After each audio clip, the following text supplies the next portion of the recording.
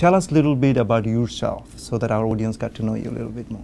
In terms of where I am today, you know, I'm a happily married UK citizen living here in the United States on the New Hampshire seacoast, which is a beautiful part of the world.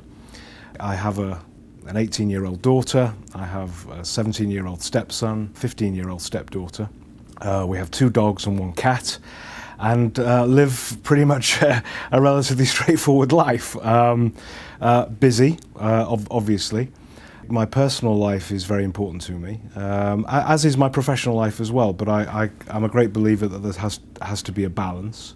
You know, in more recent times I've had the opportunity to be based working from home, which has been quite a new experience for me, because typically during my career I've travelled a lot, which has been fantastic, but at the same time you also you know, you kind of miss your home and miss the things that you aspire to.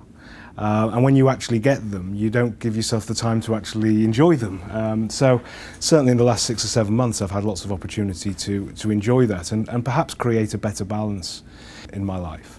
But as you know, I'm originally from the United Kingdom. I've been over here in the US now for 4 years. I was born in a city on the northeast coast of England called Hull, my birth town.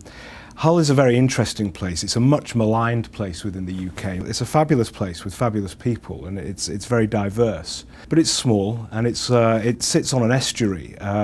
If you go to Hull, you've got to go to Hull for a particular reason, because you don't pass through Hull to get somewhere else. So in that regard, it's kind of a place that people only go to if they have a reason to go to, and they go and then they come back and they don't take the opportunity to particularly enjoy it. But I guess also because of that, some of the career opportunities there are potentially limited. And whilst I spent a lot of my early years living in the area and living in the north of England, I did kind of do the Dick Whittington and you know, moved down to London in the late 80s, early 90s, you know, where the streets are paved with gold and you know, one's going to go and, you know, make one's fortune.